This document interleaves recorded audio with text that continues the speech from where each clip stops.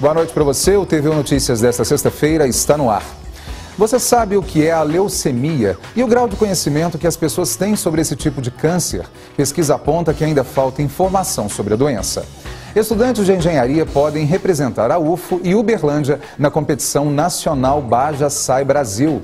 Como lidar com o luto e a comoção social manifestada nas redes sociais via internet. Domingo tem arte na praça e você confere a programação cultural do fim de semana, a previsão do tempo e muito mais no TVU Notícias desta sexta-feira que começa agora.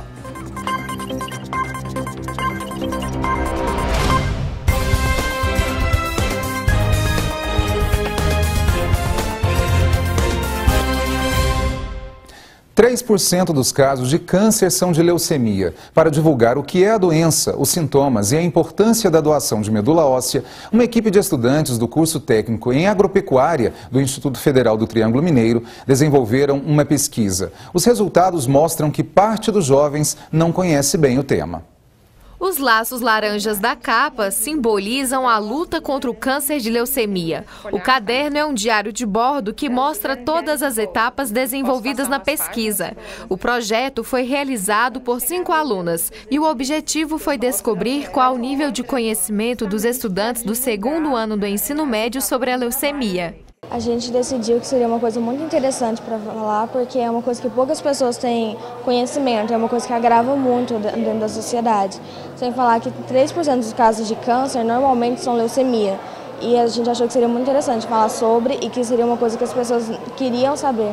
Através da pesquisa, as estudantes descobriram que existem 4 tipos de leucemia. Que é a leucemia linfóide, mieloide, crônica e aguda. E assim, a gente achou bastante importante pesquisar sobre isso, porque é um tema que a mídia não aborda e, enfim, as pessoas desconhecem sobre a doação, sobre o desenvolvimento da doença.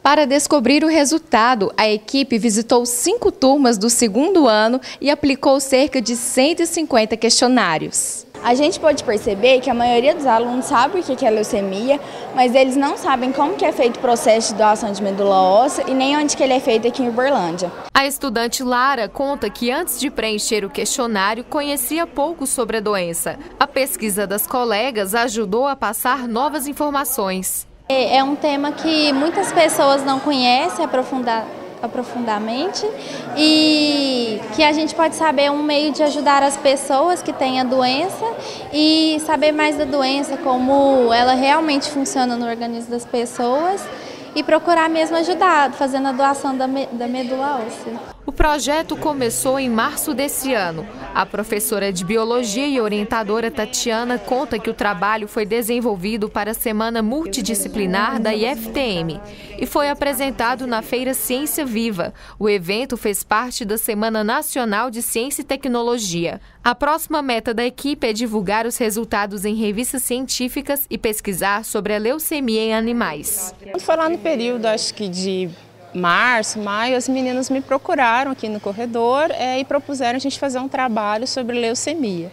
A partir desse momento, então, a gente teve reuniões semanais definindo quais seriam as estratégias de pesquisa, como é que a gente ia fazer a entrevista, a parte de revisão bibliográfica, e a gente foi conduzindo e apresentamos na nossa feira aqui e chegamos então à Ciência Viva, onde elas apresentaram o trabalho lá. As jovens pesquisadoras descobriram que uma das principais dúvidas dos alunos que responderam os questionários é sobre a doação de medula óssea. Para ajudar a esclarecer as questões, elas distribuem cartilhas educativas e incentivam os colegas a se cadastrarem como doadores. A coordenadora do setor de captação de doadores do Hemocentro de Uberlândia, Ludmila, explica que para ser um doador basta se cadastrar no local e os dados são encaminhados para o Registro Nacional de Doadores Voluntários de Medula Óssea, REDOME. E a pessoa, ao vir ao Hemocentro, ela vai fazer um cadastro para a doação de medula. A doação em si só acontece no momento posterior, caso se confirme a compatibilidade. Então, o primeiro passo é vir até o Hemocentro com documento de identidade para que nós possamos fazer o cadastro, colher uma amostra de sangue, são 5 ml, realizar o teste de compatibilidade e incluir o doador no Banco Nacional de Doadores de Medula. O O processo é rápido e simples, basta coletar de 2 a 3 ml de sangue. O Hemocentro de Uberlândia faz o cadastro de doadores de medula óssea desde 2005. Até o momento, são 40 mil pessoas registradas e só em 2016, 1.500 pessoas se cadastraram. Qualquer pessoa com idade entre 18 e 55 anos que não seja portadora de doenças hematológicas ou infecto-contagiosas. São só essas condições para se candidatar como doador de medula. O aluno Matheus gostou de descobrir através da pesquisa mais informações sobre a leucemia e até planeja se tornar um doador. Eu ainda não sou um doador, mas futuramente eu acho que eu gostaria de ser um doador tanto de medula quanto de sangue. Quem tiver interesse em ser doador de medula pode procurar o Hemocentro em Uberlândia, que fica na Avenida Levino de Souza, número 1845, no bairro Umuarama. Outras informações pelo telefone 3088-9200. Ontem a chuva deu uma trégua em Uberlândia. Apesar da possibilidade até de temporal, apenas chuviscou em alguns bairros da cidade. Sábado deve chover, principalmente à tarde e à noite. O dia amanhece com sol e a temperatura máxima prevista é de 32 graus, a mínima de 20 graus.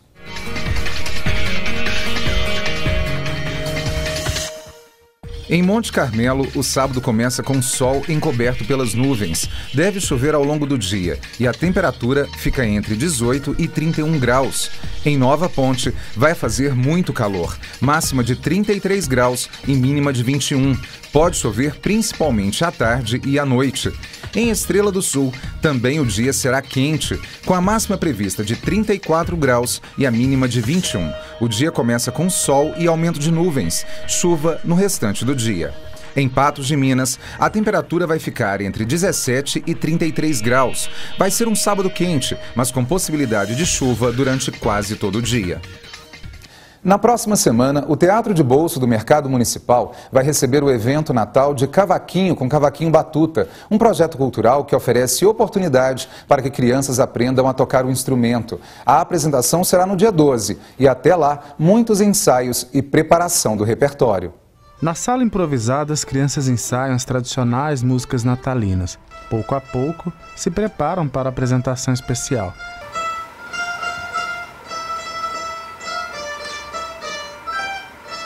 Estamos em uma escola municipal de Uberlândia e todos aqui fazem parte do projeto Cavaquinho Batuta, que trabalha com crianças entre 7 e 14 anos.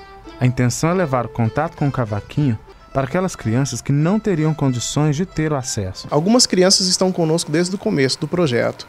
E aí o que se observa é essa questão perceptiva, né? A questão também de explorar o instrumento, montagem de acordes, essa questão da percepção musical mesmo com relação às notas que se exploram no cavaquinho. Isso é interessante de se ver, de se observar durante a evolução desse pouco tempo que o projeto existe.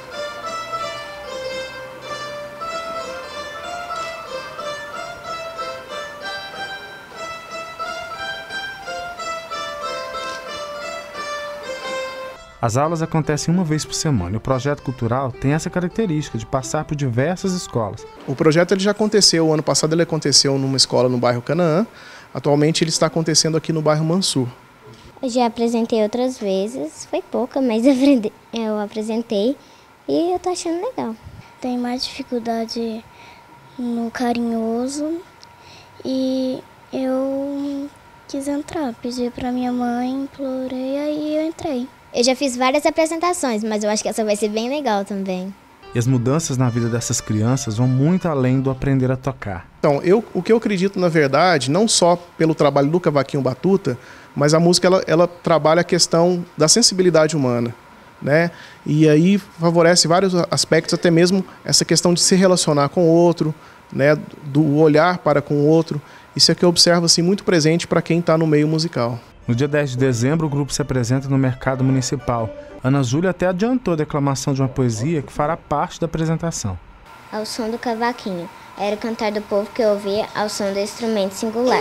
A alma que da cinza renascia no seu trinado simples popular. Os versos e os sons em sintonia, o vento se espalhava pelo ar.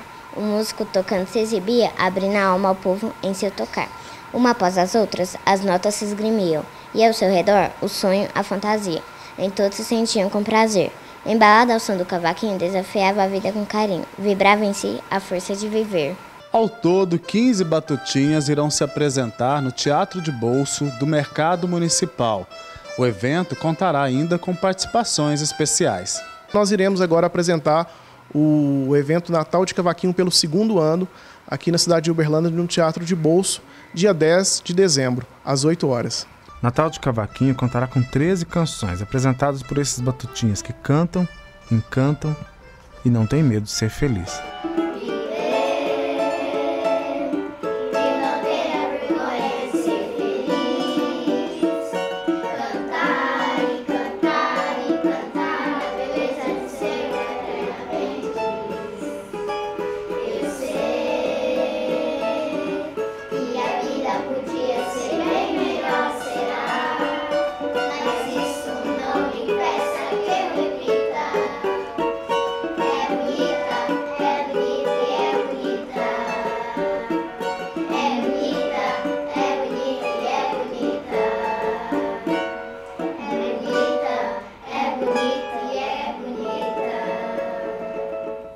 Daqui a pouco no TV Notícias, estudantes de engenharia podem representar a UFO e Uberlândia na competição nacional Baja Sai Brasil. E como lidar com a dor da perda, o luto e as manifestações na internet. É depois do intervalo, não saia daí. Eu volto já.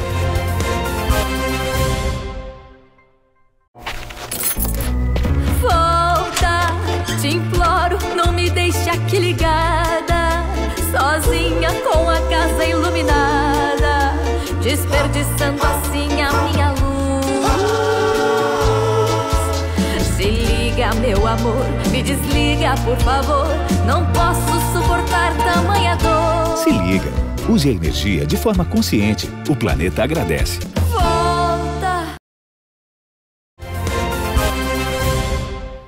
Uma equipe de jovens talentos, estudantes de engenharia mecânica da UFO, querem representar a universidade e a cidade de Uberlândia na competição nacional Baja Sai Brasil. Para isso, eles precisam de apoio. Quem tem mais informações é a repórter Gislene Rodrigues. Olá, Flávio, é isso mesmo. A equipe Cerrado Baja Sai quer muito participar da etapa nacional da competição, mas para isso tem que se inscrever até o dia 5 de dezembro. Eles contam com o apoio de patrocinadores, de apoiadores. Para saber mais sobre isso e também o trabalho que a equipe desenvolve, eu converso com o Leonardo da Silva Alves, que é capitão da equipe. Leonardo, conta pra gente a equipe Cerrado Baja Sai, quando que ela foi criada e o trabalho que vocês fazem. Bom, a equipe foi criada em 2011 e a gente cria um carro de off-road para competir em 2 competições anuais promovidas pela SAI, e onde a gente leva o carro para participar de várias provas, e uma delas, que é a principal, é o Enduro de Resistência. O que é esse carro off-road? É um carro projetado para um público comum, do qual ele tem que atender às expectativas deste público, passando obstáculos, sendo resistente e tendo uma facilidade de uso no dia a dia aí do pessoal que quer se divertir com esse tipo de atividade. E por que esse projeto que vocês desenvolvem aqui da equipe é importante para os alunos das engenharias? Porque a gente aprende a lidar com o dia a dia do engenheiro, se profissionaliza no termo do corporativismo, e também temos a oportunidade de pôr o que a gente aprendeu na teoria na prática. Vocês participaram da etapa Sudeste, como foi o desenvolvimento da equipe na competição e o que vocês esperam agora para a etapa nacional? Bom, a gente foi muito elogiado no dia da competição, mas infelizmente nosso motor teve um pequeno problema e a gente não pôde terminar a competição. Logo, a gente agora no nacional quer pegar esses erros que nós tivemos e vir melhor para poder conseguir melhores colocações. Para vocês participarem da etapa nacional, vocês contam com o apoio de patrocinadores, com quem quer abraçar a causa? Sim, a gente conta com o apoio de patrocinadores e atualmente a gente está fornecendo até nota fiscal para os patrocinadores, para que possam abater no imposto de renda, facilitando assim uma troca, né, tipo benefício tanto para nós quanto para o patrocinador, e a gente está aberto a diversas propostas. Quem quer ajudar vocês, como é possível a forma de entrar em contato? Basta entrar em contato pelo e-mail da equipe, que é equipebajacerrado@gmail.com, ou falar diretamente comigo no celular, que é 9998-1542. Leonardo, muito obrigada pelas informações. Então, quem deseja abraçar essa causa, ajudar os alunos da UFA a participarem dessa etapa nacional da competição, é só entrar em contato. Vamos todos ajudar. É com você, Flávio. Obrigado, Gislene, e tomara que a equipe Cerrado Bajas consiga sim um patrocínio para representar a nossa cidade na competição. Nessa semana nós acompanhamos um momento de grande comoção social, com a morte dos jogadores da Chapecoense e de jornalistas também que viajavam para Medellín, onde a equipe disputaria a primeira partida da final Copa Sul-Americana contra o Atlético Nacional. Principalmente na internet, nós vimos uma enxurrada de mensagens de carinho, de dor, de homenagens. A gente sabe que é difícil controlar esse tipo de manifestação. Mas como fica para a família, que já é obrigada a lidar com a dor da perda no momento da morte? Mesmo que tente resistir a essas mensagens e comentários, elas continuam chegando e chegando. Como agir nessa hora? Quem vai falar com a gente sobre isso é a psicóloga Marcionila Brito. Marcionila, muito obrigado pela presença aqui no TVO Notícias. E a gente, de fato, como eu disse agora há pouco, uma comoção social muito grande e a internet é um espaço livre. Como que a gente lida com isso? Porque tem muitas famílias que estão ali diretamente ligadas porque perderam suas pessoas queridas, né?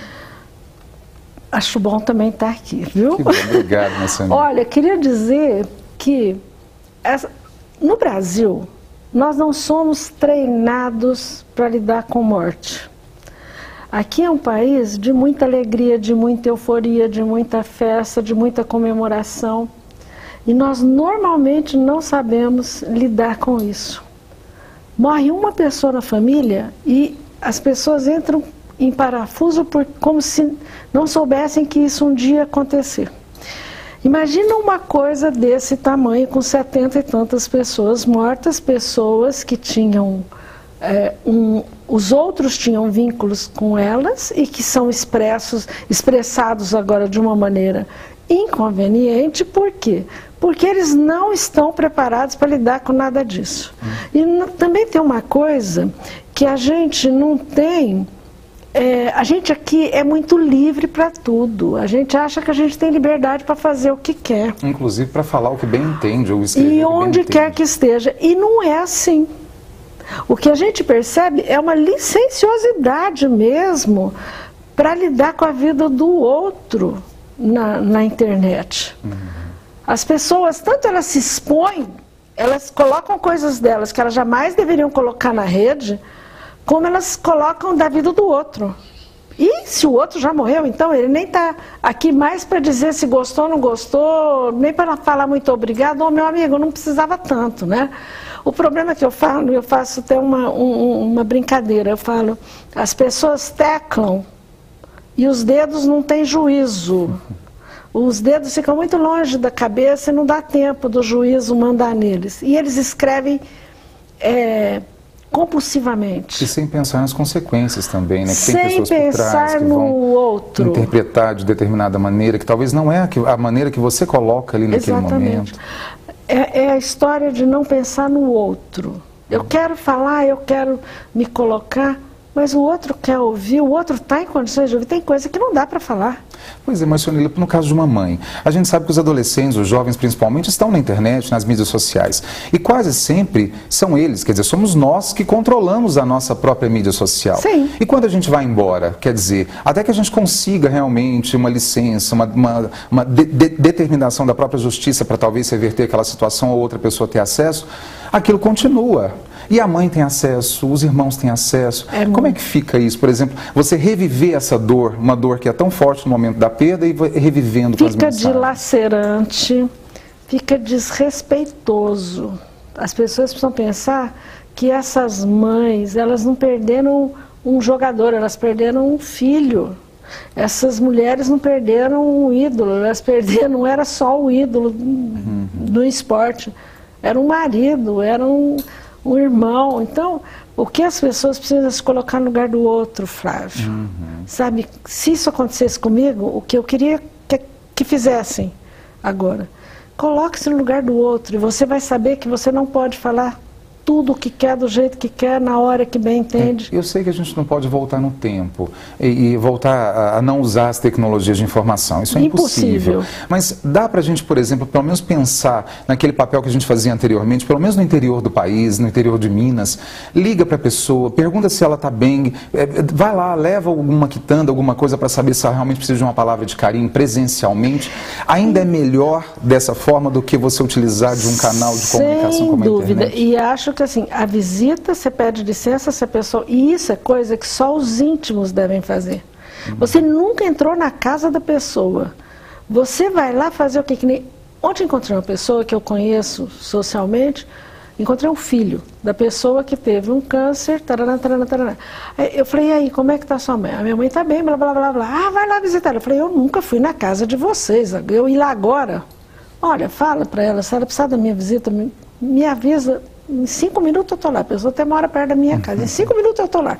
Mas eu não vou me oferecer para visitar uma pessoa que eu nunca visitei. Porque é aí que talvez vá demonstrar justamente que essa pessoa é invasão de privacidade. Esse é o momento dela, na hora que você está fragilizado com uma notícia de uma doença dessa, ah, mas você é psicóloga, mesmo sendo psicóloga, eu sou psicóloga, mas não tenho espaço aberto para qualquer lugar, eu tenho desconfiômetro, acho que até isso é o que falta. Mas, Fanila, para a gente encerrar, qual é o recado que você dá para quem está em casa, principalmente para as pessoas que realmente utilizam da internet aleatoriamente, ou à torta e direito, como a gente fala também no interior aqui, sem pensar muitas vezes nas consequências do que a gente fala e escreve? Aproxima os neurônios dos dedos, mas aqueles neurônios que pensam, não aqueles que teclam. Precisa pensar no que faz, tem que pensar no que está digitando. Cuidado, respeito com o outro. Faz de conta que você é o que vai receber a mensagem. Se ele ia gostar de escutar aquilo ali. Que bom, sempre se colocando no lugar do outro. Fundamental. Mas, Fanila, muito obrigado mais uma vez pela sua presença aqui no TV Notícias. A gente fica muito feliz com a sua presença aqui. Eu que agradeço. Que bom. E depois do intervalo, fique por dentro da programação cultural do fim de semana em Uberlândia. O TV Notícias volta em instantes. Nos últimos anos, a CEMIG cresceu no Brasil e no mundo, mas algo importante ficou para trás. Agora, ela volta às suas origens para quitar um compromisso histórico com Minas Gerais. Levar energia a 50 mil famílias que vivem sem luz na zona rural. A CEMIG e o governo do estado vão levar luz a essas famílias mineiras até o fim de 2018. Esse imenso trabalho é a contribuição da CEMIG para o programa Novos Encontros, o plano de ação do governo de Minas para combater a pobreza no campo. Minha família não soube o que é uma luz elétrica, né? Para mim hoje é uma honra a gente ter a família da gente e ter uma luz elétrica. O dia que chegou o transformador foi o dia do meu aniversário. O melhor presente que eu ganhei foi isso. A CEMIG está de volta às suas origens, porque a gente cresce mais forte quando coloca os mineiros em primeiro lugar. CEMIG, Minas Gerais, governo de todos. E agora a gente fala de cultura, música. O festival UD Rock está na 11ª edição e já aconteceram algumas apresentações aí pela cidade, shows musicais, mas ainda tem uma programação extensa no fim de semana. O Festival de Rock, ele começa por um núcleo, né, de bandas de estilo punk, hardcore, e que tradicionalmente é um estilo de música, e o metal também, que tem o protesto em suas letras, né, que tem crítica social, que tem uma reflexão sobre a sociedade que vivemos, né, sobre a estrutura do Estado. A banda Olho Seco é uma das bandas que nós estamos trazendo esse ano, que é uma banda clássica do movimento punk brasileiro, 35 anos de banda. Então, assim, é a história da música brasileira, e principalmente dessa vertente de punk hardcore, estando aqui em Uberlândia, e vamos aproveitar a presença dessa banda, aproveitar as letras, que também as letras da banda, se você for ouvir, aproveita as redes sociais aí, tem esse tipo de temática de protesto, de reflexão, de crítica, né? Vamos falar da programação, o que a gente tem para esse ano? No sábado, assim, são 14 bandas, tem o Ganga, que é um prata da casa, o Olho Seco, que eu já falei, que é clássico do punk rock, tem Bang Bang Babies, nossos amigos de Goiânia, tem, assim, Dinossauros Modernos, que é uma banda punk antiga daqui, assim, e o domingo, né, que já está ficando uma tradição desde a época do Jambolada, os festivais fazem a parceria com o Arte na Praça, que é um evento da Diretoria de Culturas da Universidade Federal de Uberlândia, e que sempre traz bandas autorais para a praça pública. Então, a UFO, né, monta toda essa estrutura na Praça Sérgio Pacheco, onde também, aos domingos, tem uma feira de alimentação, e é uma festa, assim, que vai todo mundo, vai criança, vai adulto, vai jovem, Então já é uma tradição, o Festival Timbre, por exemplo, fez essa parceria com a Arte na Praça, o Jambolada fazia, o de Rock já fez em edições passadas, e a gente acha massa, porque é um dia super democrático, porque é durante o dia, gratuito em praça pública. Né? No udrock.com.br você encontra todas as informações, inclusive contato para credenciamento de imprensa, se alguém tiver interesse em cobrir o festival, de blogs ou imprensa alternativa, fanzines, então pode se cadastrar para fazer a cobertura do festival. Então é udrock.com.br, tem tudo lá, programação, contatos. O Udi Rock continua com shows que acontecem juntamente com Arte na Praça no domingo, a partir de 1h30 da tarde. O evento é uma realização do Circuito Universitário Cultural, programa da Diretoria de Cultura da UFO e do professor Lu de Laurentes, que vai fazer o convite para você aí de casa. Lu, muito obrigado pela presença aqui hoje no TVO Notícias. E é importante a gente falar, são quantos anos, né, de Arte na Praça e mais uma vez ele se repete no domingo. É para toda a família, não é mesmo? É para toda a família, é a terceira edição que nós estamos fazendo este ano. Curiosamente, o Arte na Praça sempre em parceria com um mega festival de rock, desta vez é o Udi Rock, fizemos com o Festival Timbre em setembro e fizemos também com o Mineiro Beat.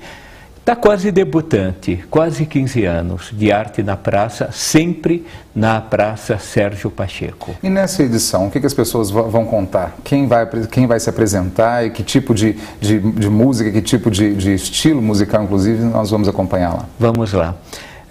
Nós teremos teatro de rua, com um grupo da Universidade Federal de Uberlândia, o grupo Mito 8, que tem professores e estudantes aqui do curso de teatro.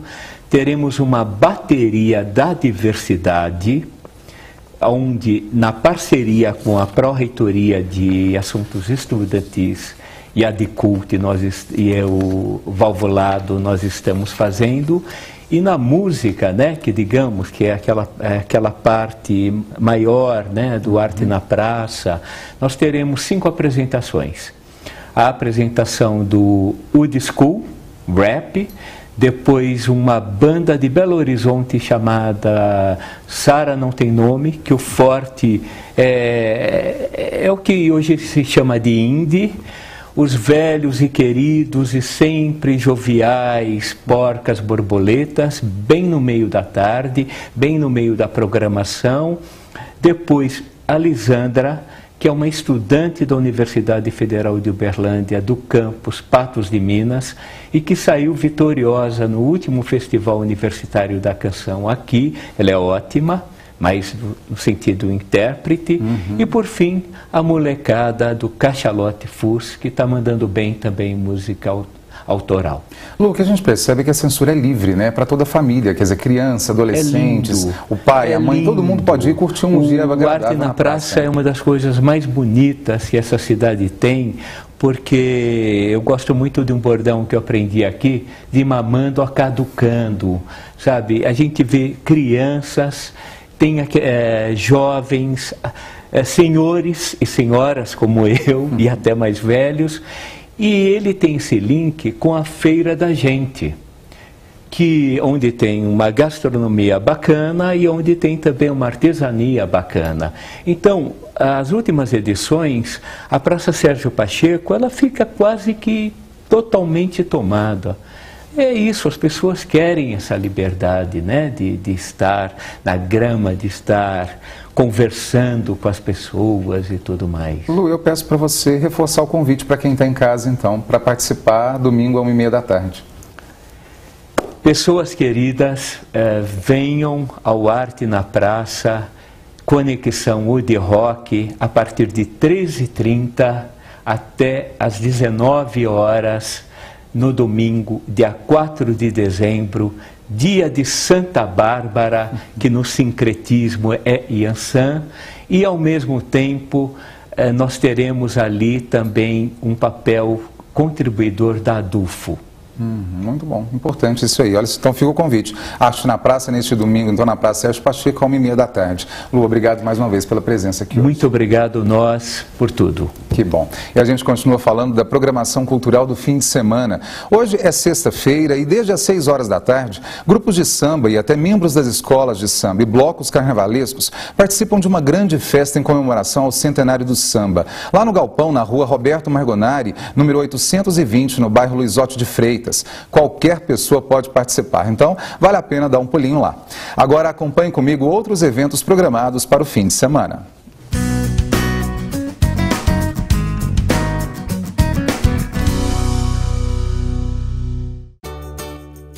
Hoje tem um musical Raízes com o grupo Arte em Cena no Teatro Rondon Pacheco. Serão 2 sessões, uma às 7 da noite e a outra às 8h30 da noite. O ingresso será uma contribuição espontânea. Mais informações pelo telefone 3235-9182. Hoje também tem recital de piano solo com Christian Budu no Teatro Municipal de Uberlândia. A apresentação é às 8 da noite e a entrada 1 litro de leite longa-vida. A troca pelo ingresso será feita no próprio teatro. A censura é de 8 anos. No sábado, tem a apresentação de dança, o espetáculo Aladim e a Lâmpada Mágica no Teatro Municipal. É às 8 da noite. A censura é livre e você pode retirar o convite na Escola Vórtice, na rua Javari, número 472, no bairro Lídice. Mais informações pelo telefone 3236-9579. Ainda amanhã tem a apresentação de teatro Os Impecáveis no Teatro Rondon Pacheco às 8 da noite. O ingresso custa R$ 30 e tem meia entrada para estudante. O ingresso pode ser adquirido no próprio teatro. No domingo tem a apresentação de dança Rosas e Olê, do grupo flamenco Verusca Mendes no Teatro Rondon Pacheco às 8 da noite. O ingresso custa R$ 40 e tem meia entrada para estudante. Quem comprar antecipado na Academia do Teatro também paga meia. O TVU Notícias desta sexta-feira fica por aqui. Um excelente fim de semana para você e até segunda às 7 da noite. Um abraço e até lá.